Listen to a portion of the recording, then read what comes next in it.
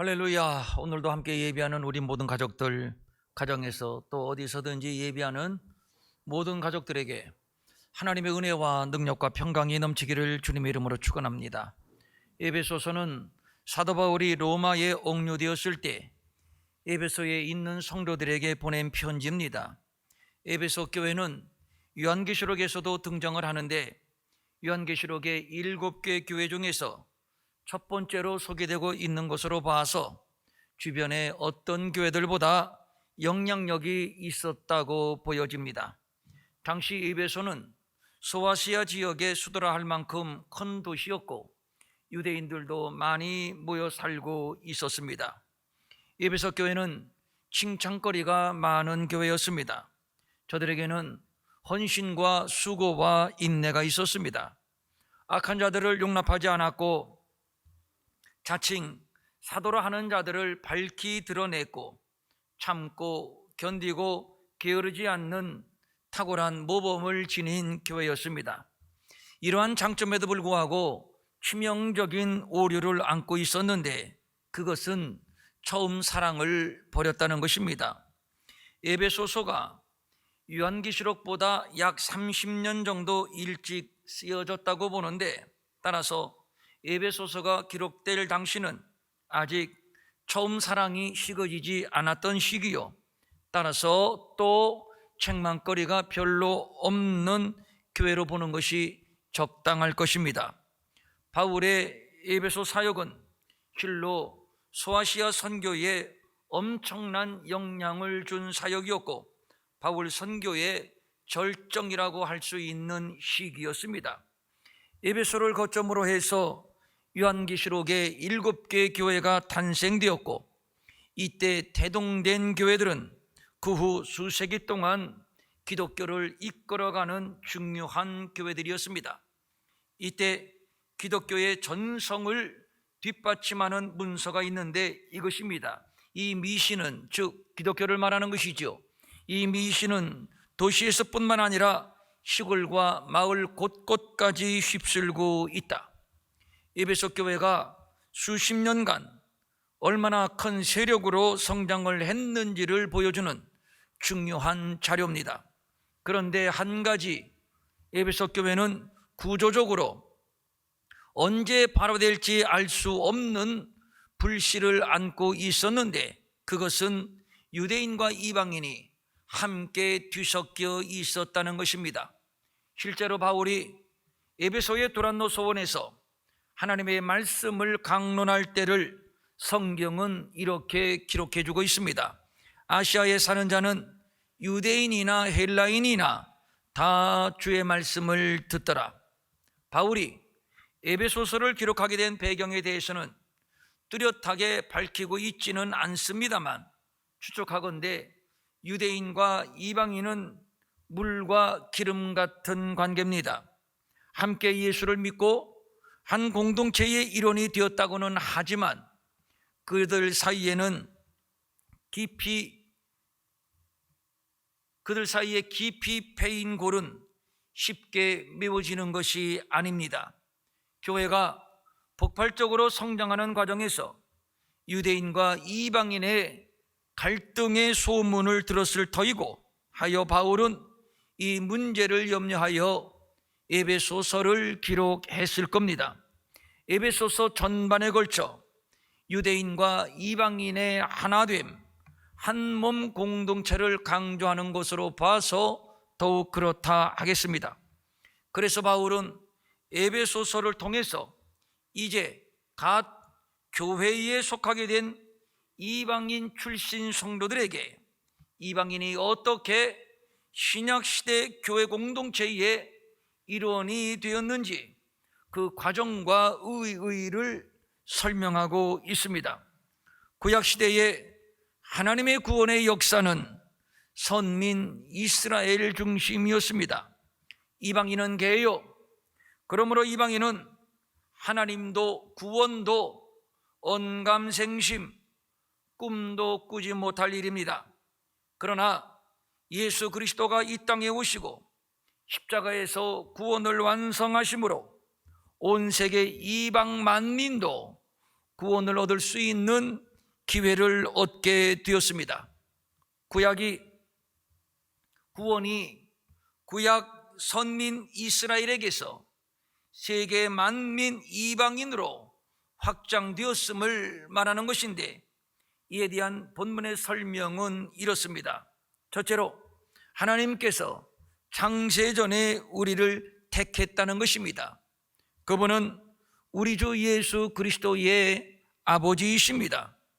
그리고 우리들을 자기의 아들들이 되게 하셨습니다.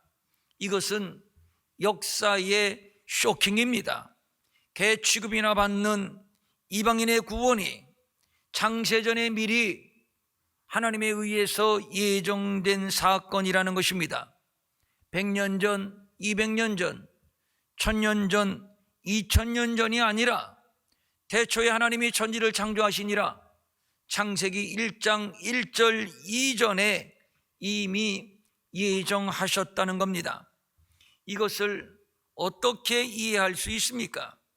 정녕 그렇다면 창세전에 나를 아셨다는 얘기요, 그때부터 나를 사랑하셨다는 얘기인데, 이것이 과연 가능한 일입니까? 가능하지도 상상할 수도 없는 일입니다. 그러면 또 질문을 던집니다. 왜 하나님은 그렇게 하셨는가? 본문 5절은 말씀합니다. 그 기쁘신 뜻대로 우리를 예정하사 예수 그리스도로 말미암아 자기의 아들들이 되게 하셨으니 우리를 당신의 아들로 삼아 주시기 위해서입니다. 그러면 또 한 가지 질문, 왜 굳이 우리를 아들 삼아 주시기를 원하셨는가? 그것은 그 기쁘신 뜻대로 우리를 아들 삼는 것이 하나님께는 기쁨이라는 겁니다. 무엇이지요? 사랑입니다. 하나님께서 우리를 사랑하셨습니다. 창세전부터 말입니다. 그래서 우리를 아들 삼기로 작정하셨습니다.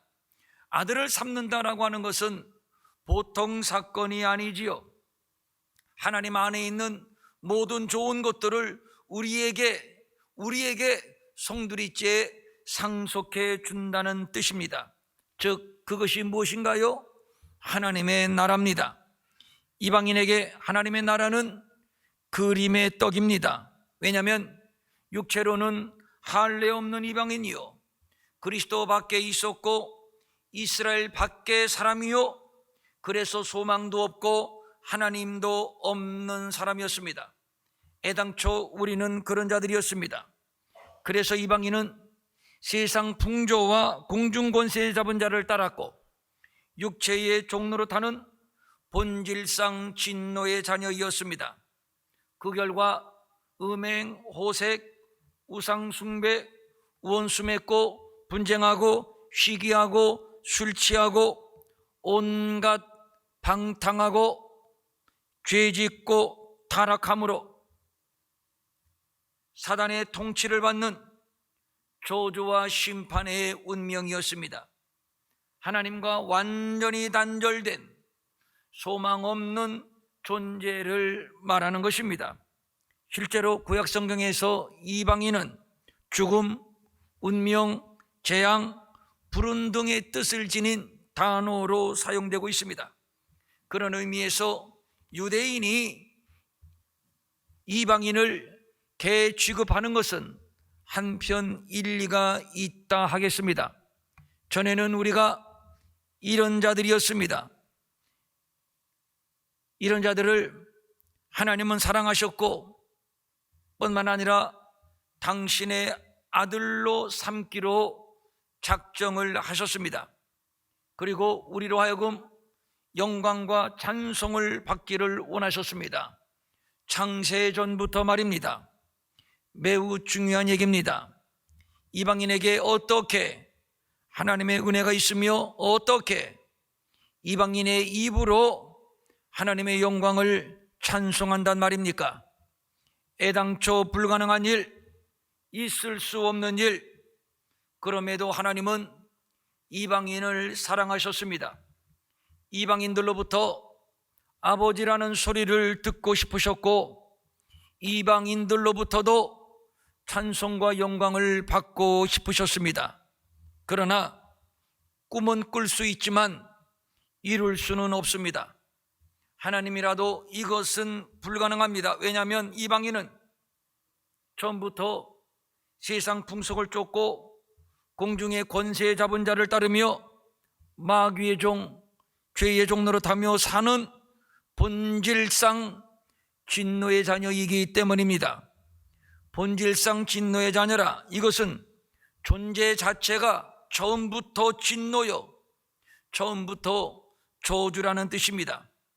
그러므로 한 사람으로 말미암아 죄가 세상에 들어오고 죄로 말미암아 사망이 들어왔나니 이와 같이 모든 사람이 죄를 지었으므로 사망이 모든 사람에게 이르렀느니라.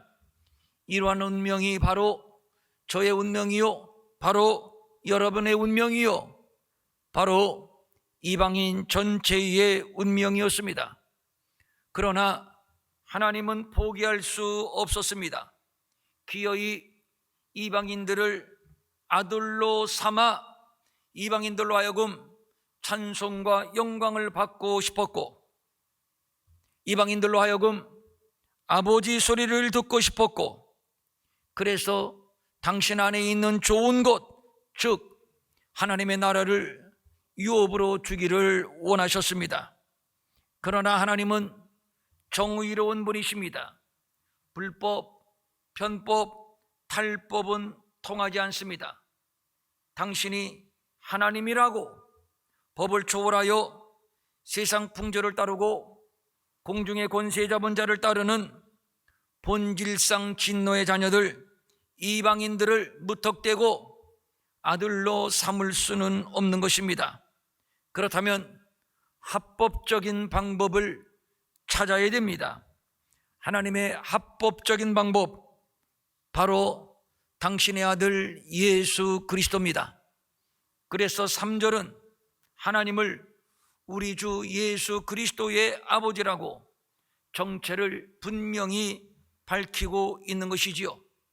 하나님은 예수 그리스도의 아버지이시며 예수 그리스도는 하나님의 아들입니다.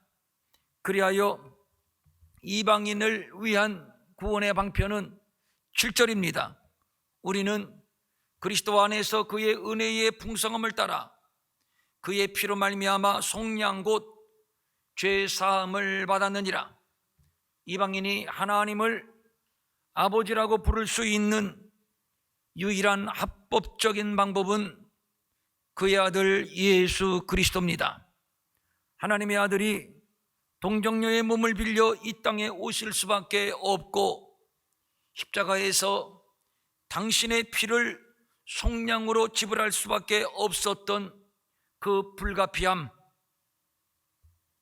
그것은 이방인의 죄를 사하고 저들을 구원하고 당신의 아들로 삼고 기어이 이방인으로 하여금 찬송과 영광을 받기 위해서였습니다. 그래서 예수는 구약의 선지자들을 통해서 이미 예언이 되었고 예언하신 바대로 그 아들은 세상에 왔고 예언하신 바대로 십자가에서 피 흘려 대속제물이 되어 죽으셨고 죽은 자 가운데서 부활하여 저를 믿는 자마다 멸망치 않고 영생을 얻는 우리의 메시아, 우리의 구주가 되셨습니다. 이로 인하여 이방인인 우리의 운명이 바뀌었습니다. 창세전에 예비하신 하나님의 뜻이 완성되었고 드디어 이방인인 우리도 하나님을 아버지라 부르게 되었고 하나님의 나라를 상속받는 자격을 얻게 되었습니다. 로마서 8장 15절입니다.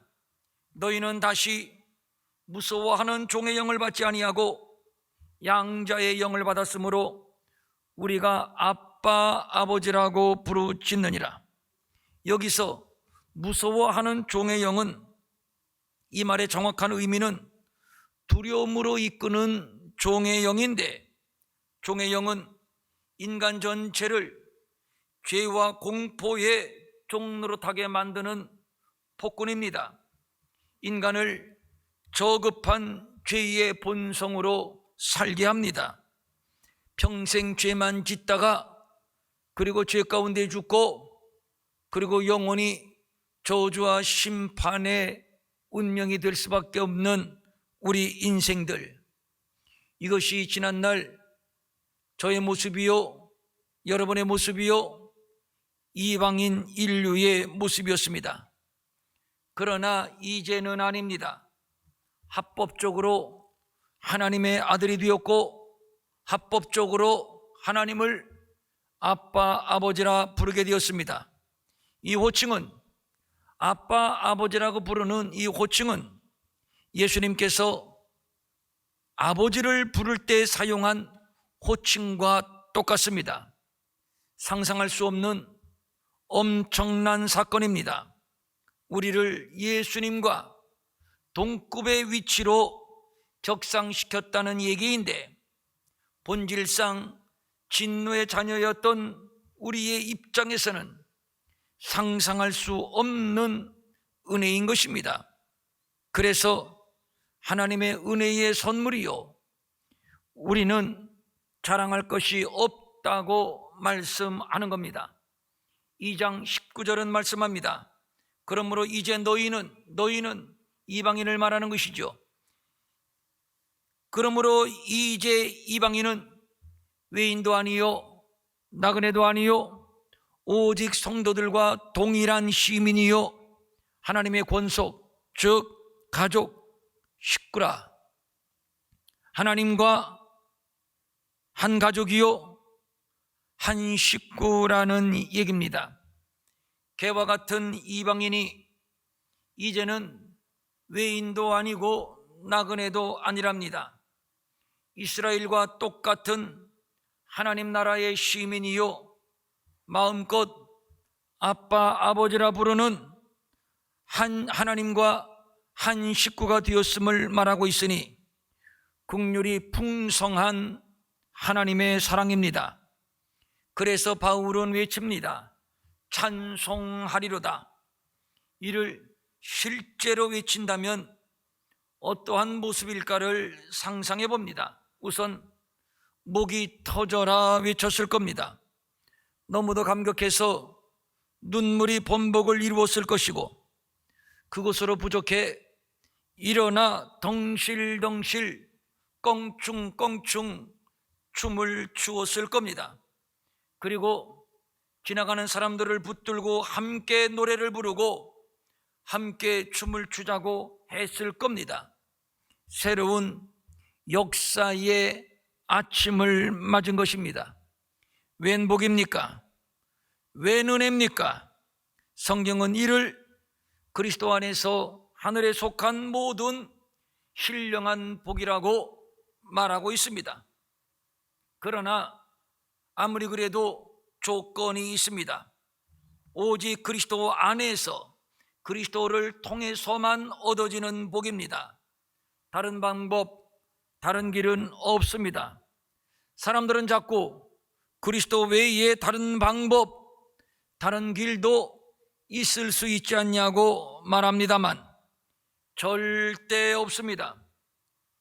구약의 선지자들을 통해서 예언된 다윗의 혈통으로 오신 하나님의 아들, 십자가에서 보혈을 흘려 죽으시고 그리고 부활하여 우리의 구주가 되심을 입증하신 하나님의 아들 우리 주 예수 그리스도 외에 우리를 거룩하게 하고 흠이 없게 하고 하나님을 아빠, 아버지라 부르게 할 메시아는 하늘과 땅 어디에도 존재하지 않습니다. 만약에 있다면, 만약에 그가 누구라면, 만약에 지구촌 구석 어디에 있다면 그것은 새빨간 거짓말입니다. 속지 말아야 합니다. 그것이 종교이건 철학이건 도덕이건 양심이건 다 거짓입니다. 다 거짓입니다.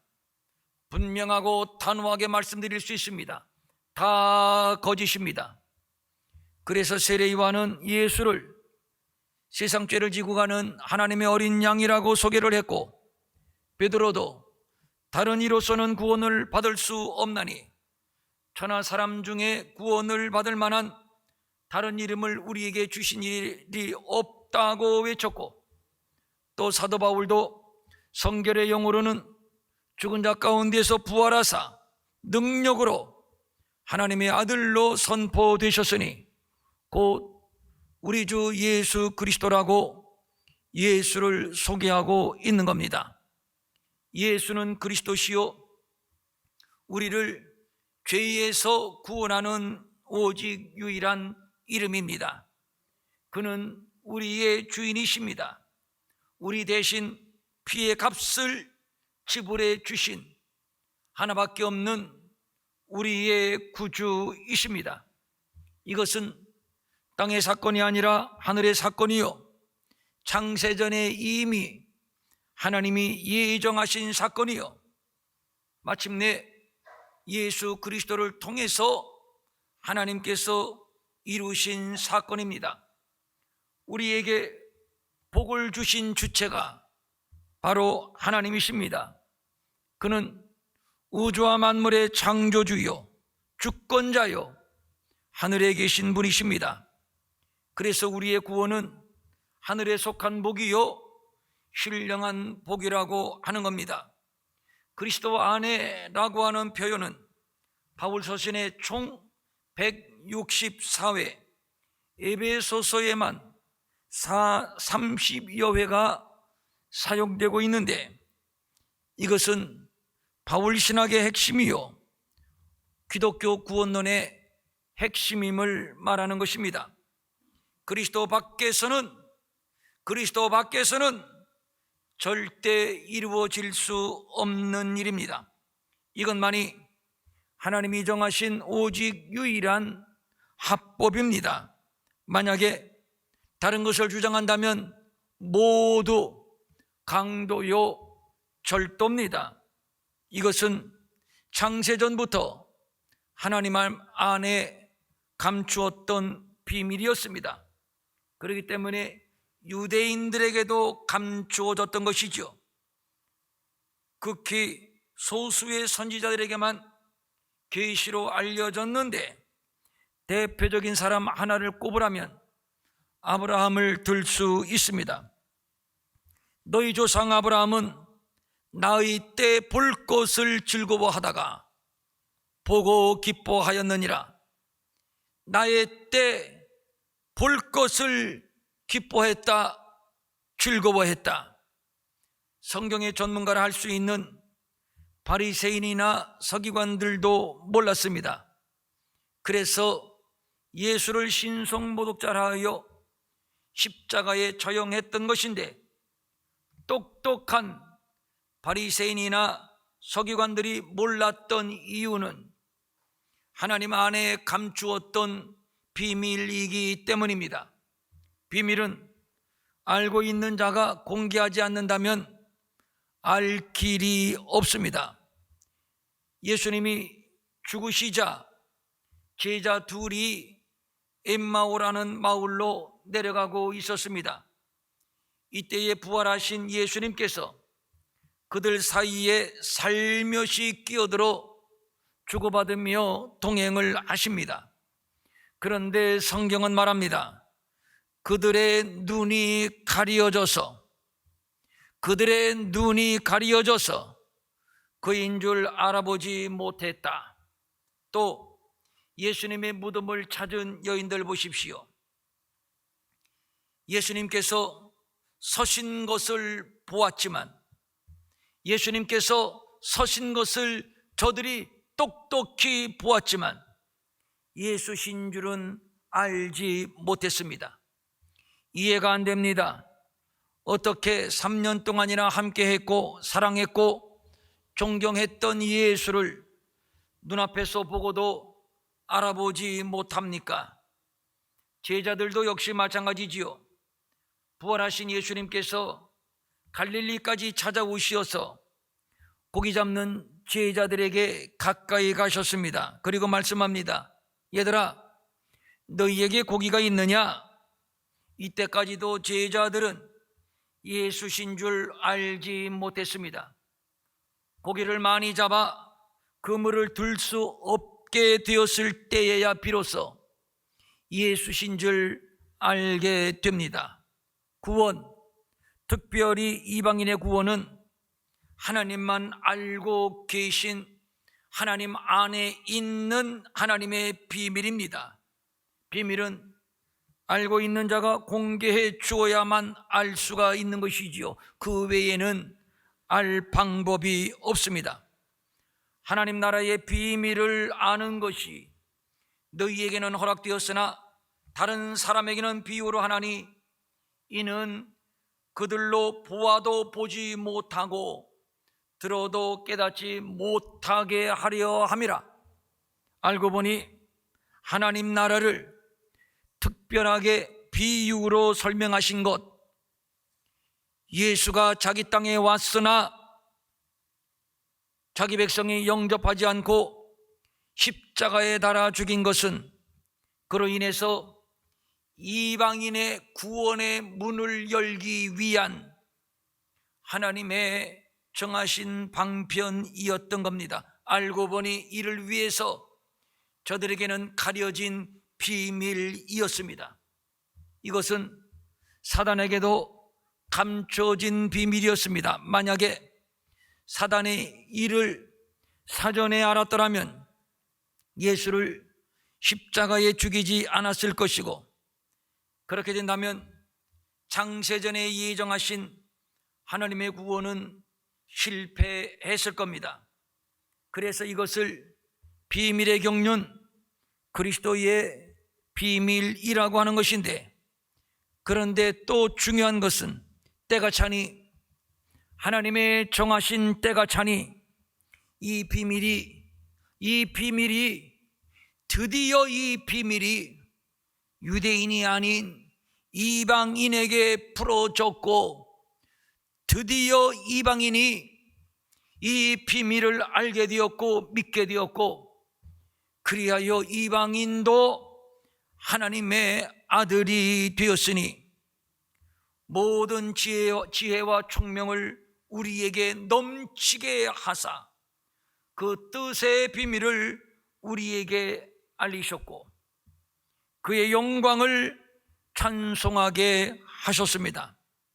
비밀을 풀어주신 분, 우리로 하여금 비밀을 깨닫게 하신 분, 그리고 우리로 하여금 하나님을 아바, 아버지라 부를 수 있게 하신 분, 그분은 바로 성령님이십니다. 그래서 성령은 진리의 영입니다. 성령님이 진리를 듣게 하시고 진리를 알게 하시고 깨닫게 하시고 또 믿게 하시고 존귀한 하나님의 아들이 되도록 우리 가운데 계속적으로 역사하셨습니다. 그리고 우리의 믿음이 흔들리지 않도록 구원의 반열, 하나님의 아들의 반열에서 낙오되거나 버림받지 않도록 너는 내 것이라고, 너는 내 것이라고, 너는 내 아들이라고 분명하고 확실하게 인을 쳐 주셨습니다. 그리하여 우리는 언제든지 무시로 하나님 앞에 나아가게 되었고, 날마다 우리는 더욱더 견고하게 하나님의 성전으로 지어가게 되었고, 또 속사람을 강건하게 하시고 또 우리로 하여금 하나 되게 하십니다. 이제 우리는 누가 봐도 하나님의 아들이요, 누가 봐도 하나님 나라의 상속자입니다. 누구도 부인할 수 없는 것은 아니야, 너는 아니야, 너 같은 이방인이, 너 같은 개 같은 자가 무슨 하나님의 나라를 상속받느냐? 누구도 부정하고 누구도 시비할 수 없도록 성령님이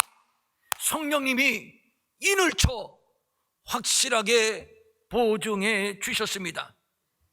사단이 뒤늦게 이 사실을 알았습니다. 아차, 그것을 미처 몰랐구나. 그러면 이제 우리가 어떻게 해야 하는가?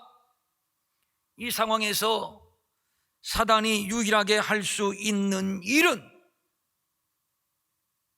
교회에 들어와 교회를 파괴하고 성도들을 미혹하여 넘어뜨리는 겁니다.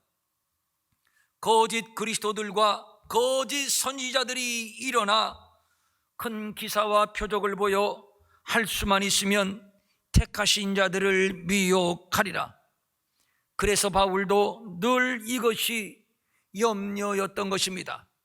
뱀이 그 관계로 하와를 미혹한 것 같이 너희 마음이 그리스도를 향하는 진실함과 깨끗함에서 떠나 부패할까 내가 두려워하노라. 내가 심히 걱정이 되노라.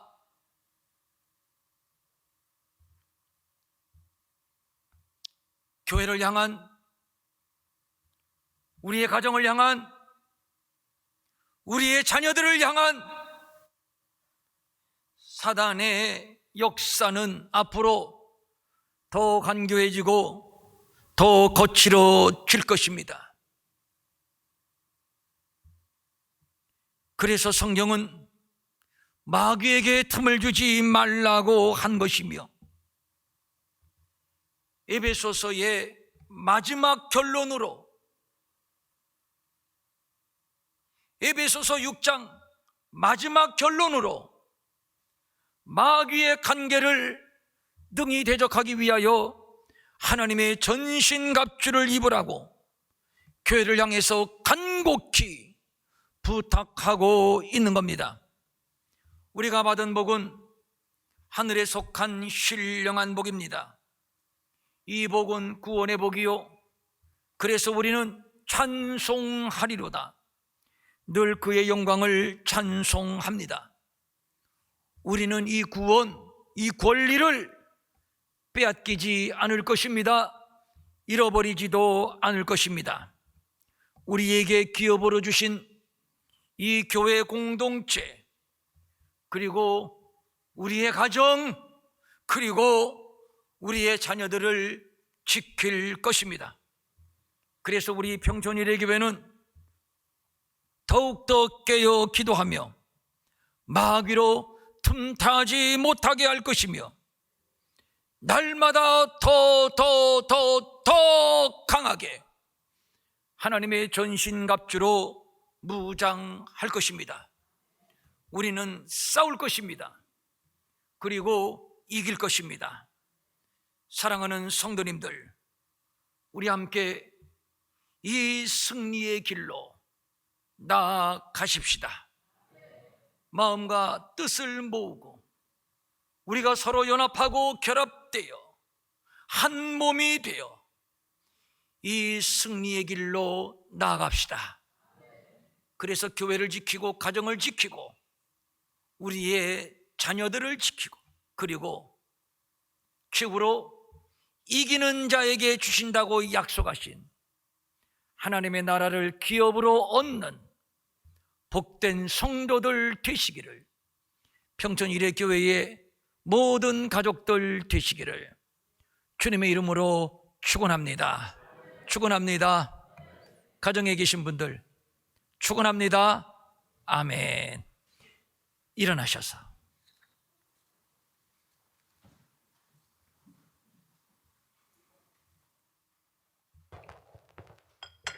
가정에서 둘 이상 가족들이 함께 예배드리시는 분들은 손을 잡으십시오.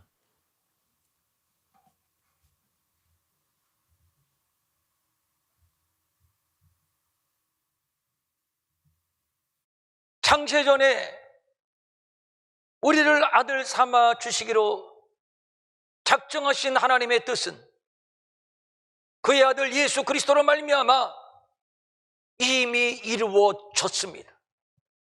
그러므로 우리는 하나님의 아들이 되었고 하나님의 나라를 상속받는 권리를 얻게 되었습니다. 이것을 성령이 보증해 주십니다.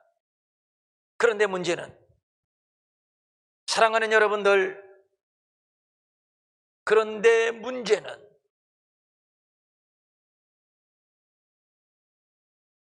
마귀는 아직도 우리를 포기하지 않고 우는 사자처럼 삼킬 자를 찾기 위하여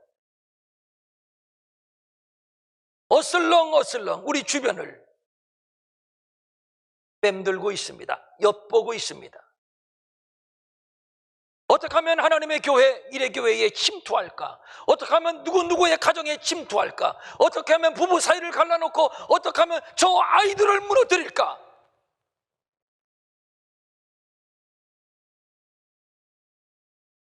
마귀는 쉬지 않고, 마귀는 잠자지 않고, 포기하지 않고 지금도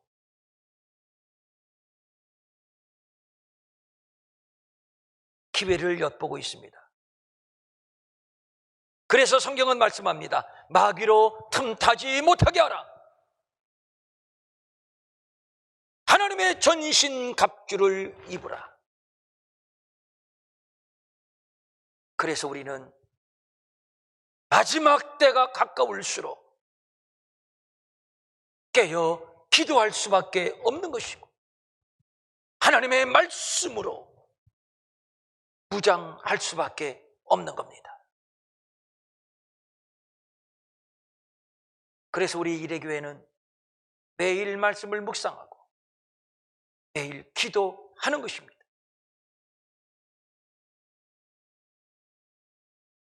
담임 목사가 간절히 기대하고 바라기는, 우리 이레교회 성도들은 모두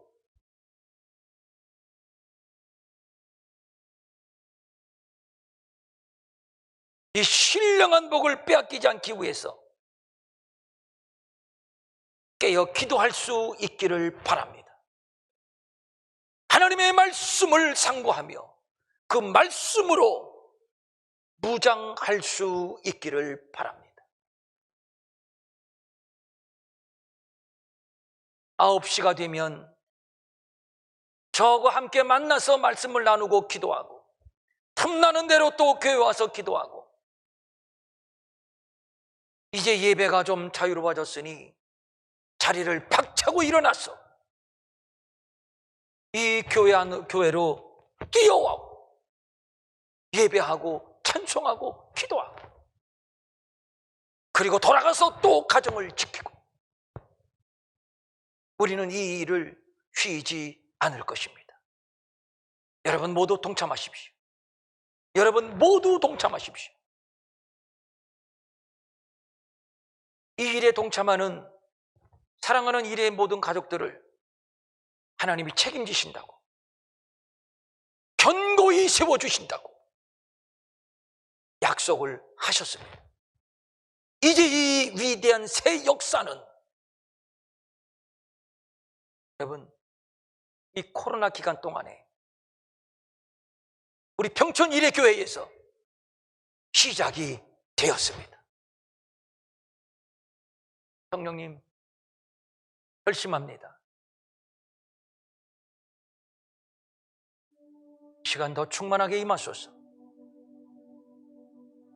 더 강하게 기름을 부으소서. 이 시간 우리가 결심합니다. 이 결심 무너지지 아니하도록. 걱정하지 마, 내가 너를 인쳤잖아. 더 큰 능력으로 너를 붙들고 너를 지키고, 내게로 온 자는 결코 빼앗기지 아니하리라고 말씀하셨으니, 내가 너를 대신하여 싸워줄게.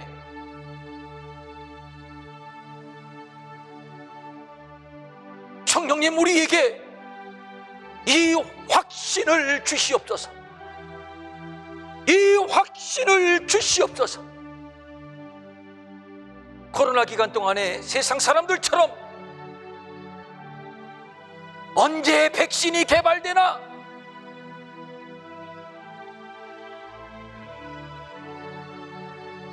백신만 못 빠지게 기다리고,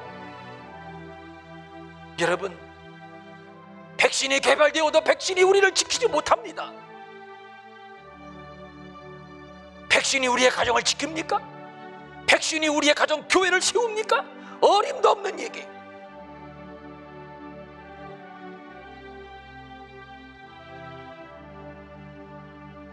연내에 백신이 나오나 내년에는 백신이 나오나,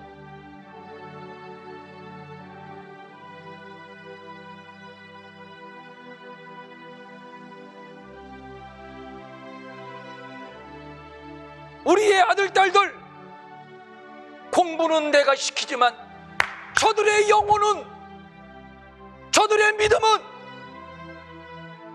내가 부모이지만 내가 책임질 수 있는 것이 아닙니다.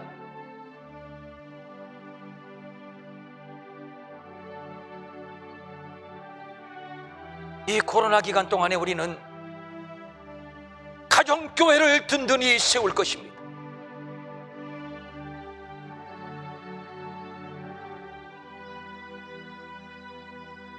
부부관계를 하나 되게, 더 뜨겁게 하나 되게 할 것입니다. 우리 아들 딸들을 믿음의 터 위에 더 견고히 세울 것입니다. 이렇게 평촌 일회교회는 더 건강하게 세워져 갈 것입니다. 성령님, 이 시간 사많은 영혼들에게 더 충만하게 기름을 부으소서. 우리 가정 구석구석에 하늘의 광채를 비추시고 예수님의 보혈을 뿌려주시고 성령의 기름이 흐르게 하시고,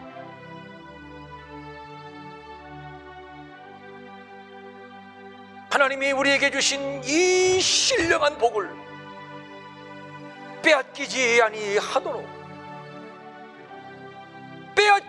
아니하도록 더 강하게 역사하여 주시옵소서.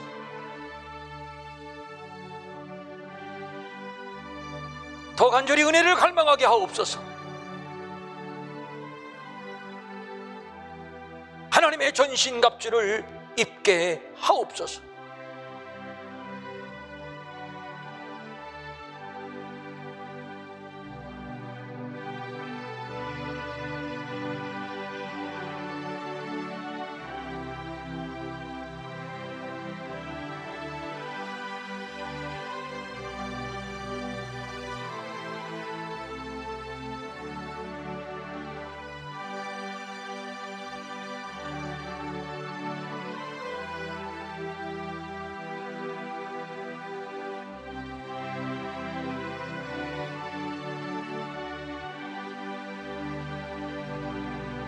은혜의 영광 이곳에 가득해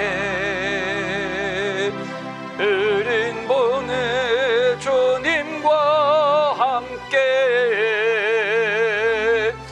낭냥하며 우리는 전진하리. 주의 영광 온 때까지. 하나님 아버지, 감사합니다.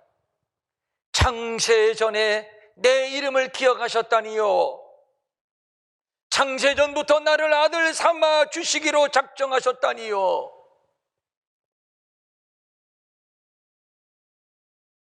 그래서 나를 아들 삼아 주시기 위하여 아들을 십자가의 제물로 내어주셨다니요. 확실한 보증으로 성령으로 인쳐주셨다니요.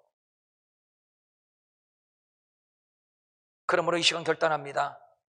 이 신령한 은혜, 이 하늘에 속한 신령한 복을 나는 잃어버리지 아니하리라, 빼앗기지 아니하리라. 나는 지키리라, 나는 싸우리라, 나는 승리하리라. 그리스도의 장성한 분량까지 우리는 계속 성장하리라. 그리하여 마침내 승리자로 주 앞에 서리라. 성령님, 성령님, 우리를 더 강하게, 더 능력 있게,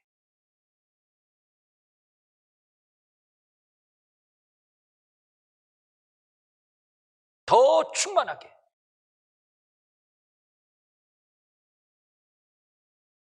넉넉히 승리할 수 있도록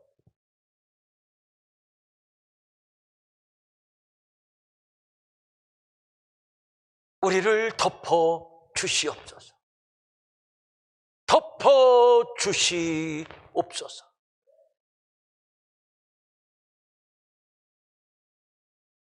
오늘 교회에서 예배드리든지 가정에서나 혹은 어디에서나 예배드리든지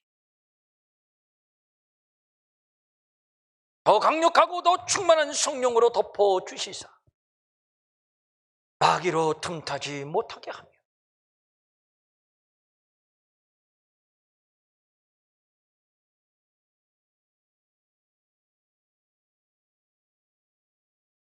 그리스도의 분량으로 계속 성장해 갈 수 있도록 우리 가운데 날마다 역사하여 주시옵소서. 간절한 소망을 가지고 각종 예물을 주님께 올립니다. 11조, 주일헌금, 주정헌금, 감사헌금, 선교헌금, 건축헌금, 구제헌금, 찬양대, 이 모양 저 모양으로 섬기고 봉사하는 종들이 있습니다.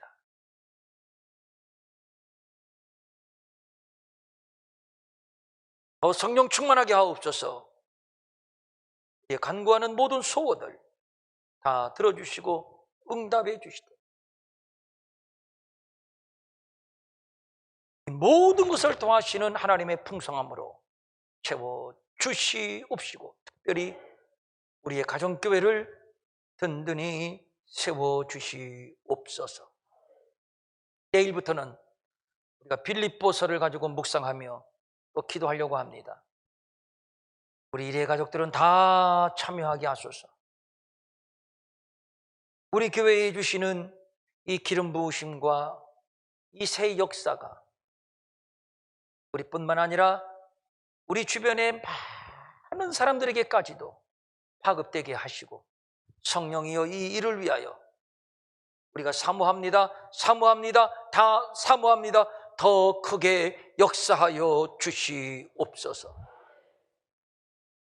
마음은 원이지만 가진 것이 없어 드리지 못해 민망 여기는 성도들을 위로하시고 저들에게도 물질 주셔서 한 가지로 주님 앞에 바치며 쓰며 도우며 사는 풍성함이 있게 하옵소서. 우리 가운데 병든 자 있습니까? 손 대십시오. 아픈데 손 대십시오. 병든 자 있습니까?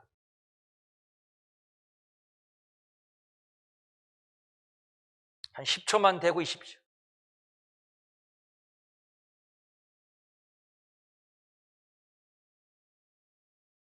치료의 광선을 바라시옵소서.